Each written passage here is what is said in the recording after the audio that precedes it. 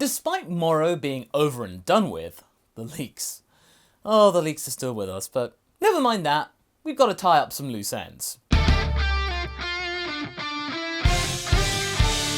That's right everyone, Dragon Ball Super the Manga Chapter 67 is here, and I can tell you all right now, all of Haverock and I's thoughts about consequences and lessons learnt have gone completely out the window. Are we sore about this? Well, kinda, but we'll wait until we've gone through the whole chapter before we go any further on that chestnut. By the way, we've got a little bit of a festive tree right here. You can see a pretzel, and we've got a couple of banana split, big cupcake here, we've got some blue, but yeah, it's all nice little trinkets here. A little bit of a festive thing. Here's a little bit of a glamour shot if you wanted to see more of it. Chapter 67, a conclusion! And then... To me this is actually just getting more and more vague with these names.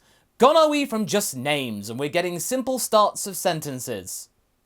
By the way, for those who aren't sure how I get the manga pages, I use Viz Media's portal for Shonen Jump, paying just a couple bucks a month to access all the manga I want, including getting the Super manga right when it gets released in high quality images. I'm not sponsored by them, but I really rate the service, so I thought I'd let you know. Where we last left off, we saw the battle between Moro and Goku finish, with the latter coming out on top, as you would expect. Our overall thoughts with the battle are that they are good, and go some way in making up for the really daft stuff of Chapter 65, in stretching out the battle much further with silly gimmicks from the Cell arc. Yeah, it made up for it. It had Vegeta doing his thing, actually using his powers that it wasn't going to waste, and showing that he is the perfect assist, and without his help, Moro wouldn't have lost, and would have taken out a big portion of the galaxy with him. Also, we had Whis and Meerus being removed from the equation, so that means they can't just easily win, and they need to visit the GP about something. Now, at the time of this last chapter, we thought this would be something to do with the end of Z, them not being there, with Meerus. Maybe the start of them having to spend less time with the Dragon Team before being erased altogether from their social circle.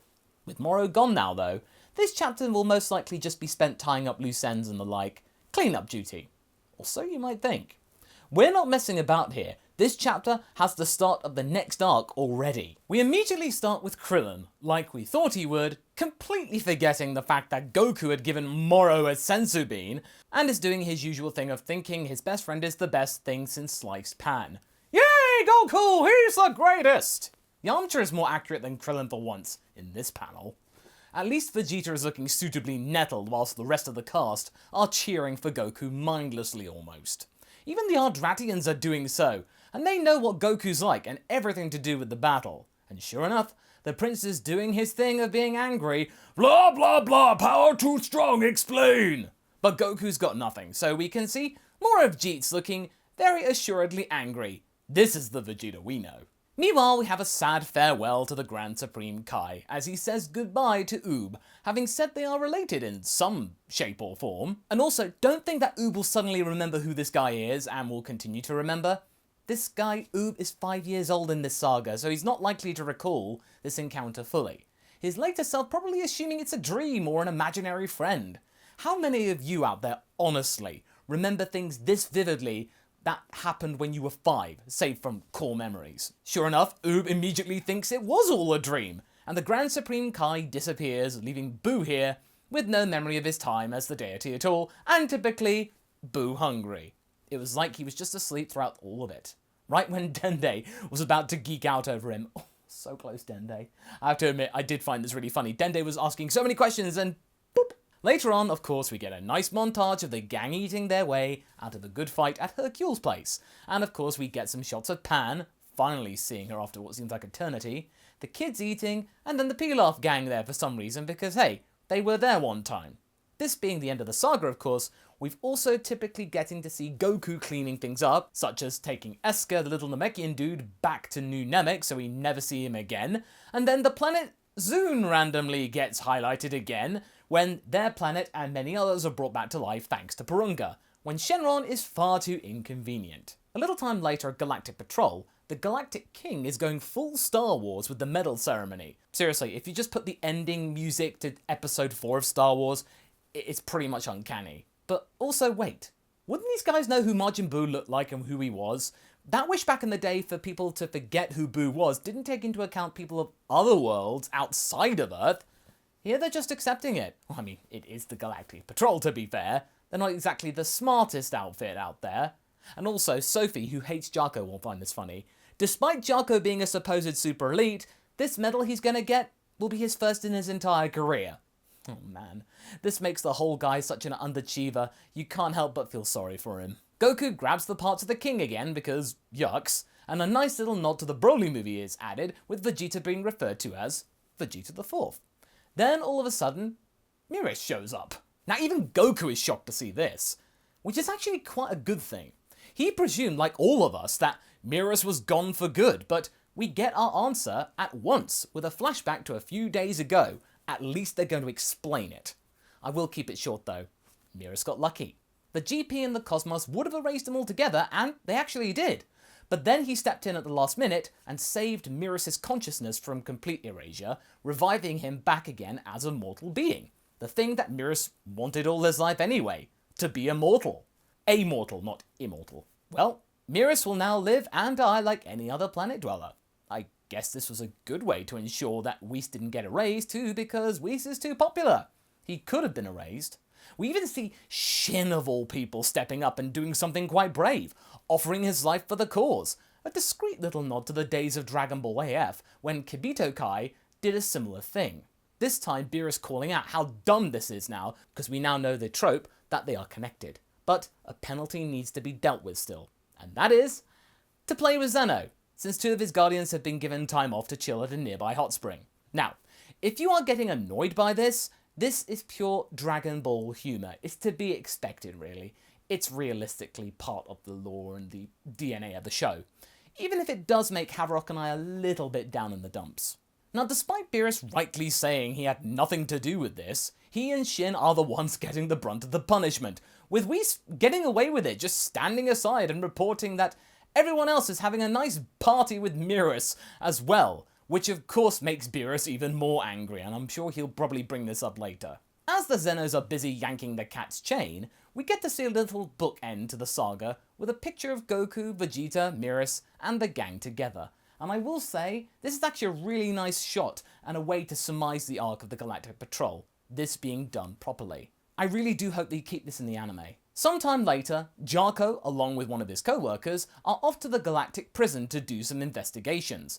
Jarko slacking as per usual on God Bay, but we see some of the prisoners from the previous arc making a reappearance, gloating at Jarko, who they can tell is a bit of a silly goose. But the main reason they are here is to talk to Yunba about a distress call from Earth. Of course the fat prisoner doesn't tell them, and is mostly talking about food anyway. But one thing does come up.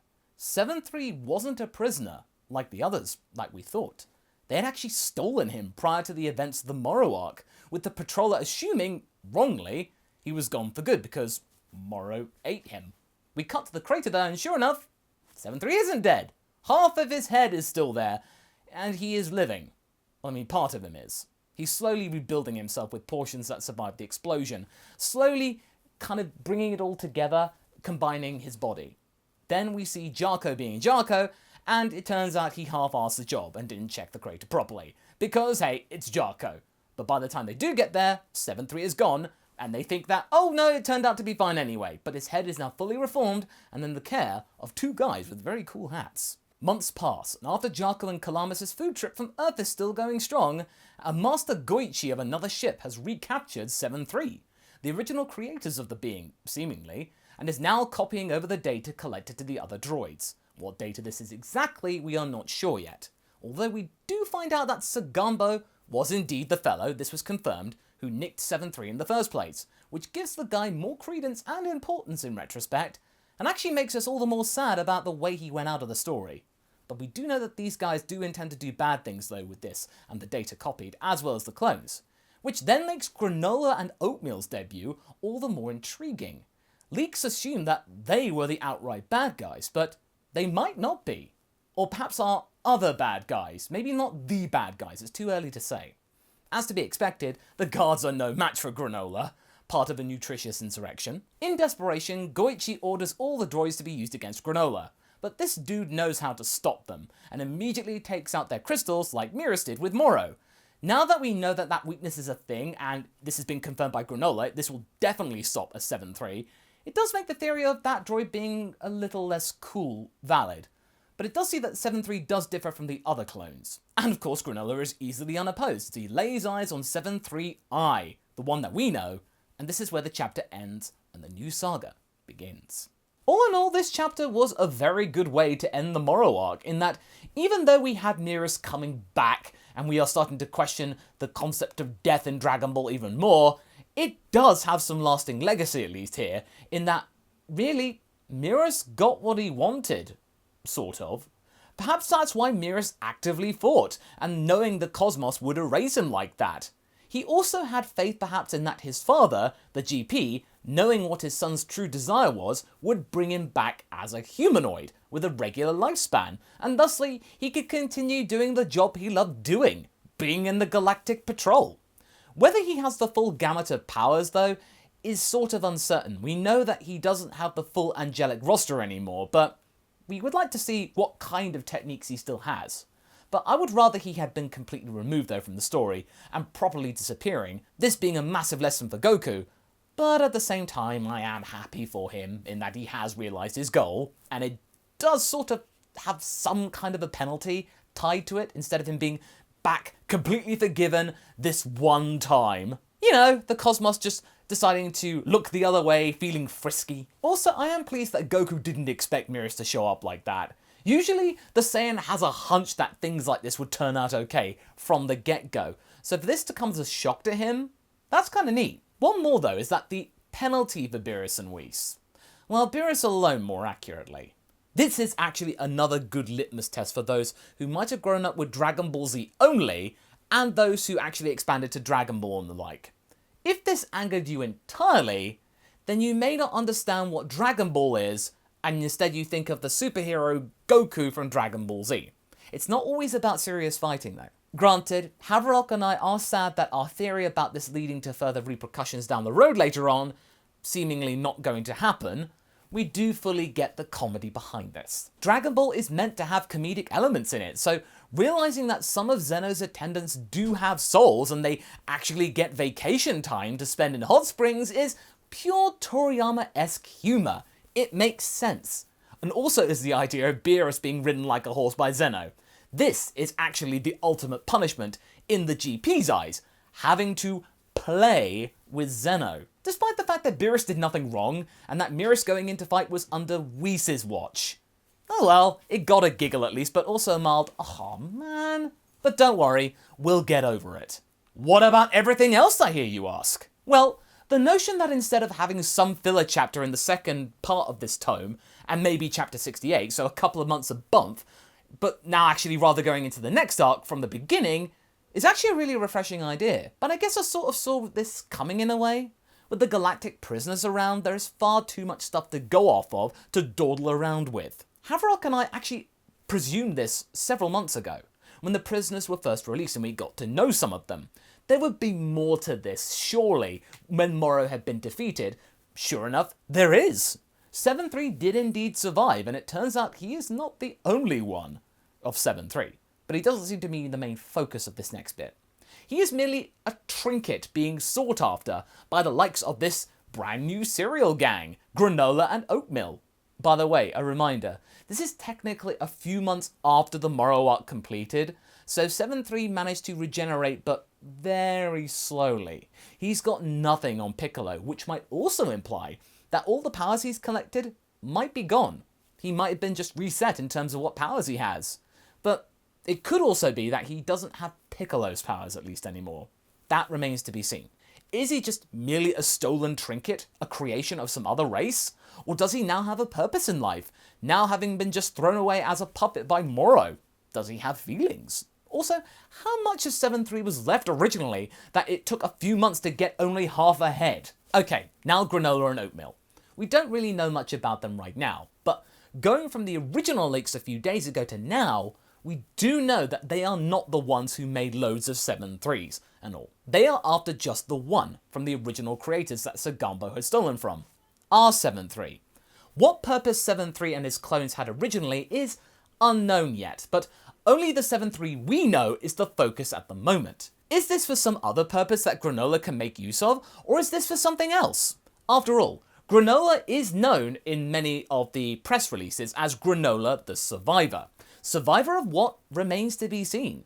I do like this idea, I will let you know that he and Oatmeal might be just thieves, a two-man operation. It does make it feel quite organic, but it does feel like sort of the way Meerus was debuted, that they may be just the first piece of the puzzle for this next arc, and there may be more to come. But I am excited to learn more after the good ending of the previous tome. So what do you folks think of Chapter 67? Has this ended in a way which you are pleased with, or do you think that Granolah is a bit of a red herring actually?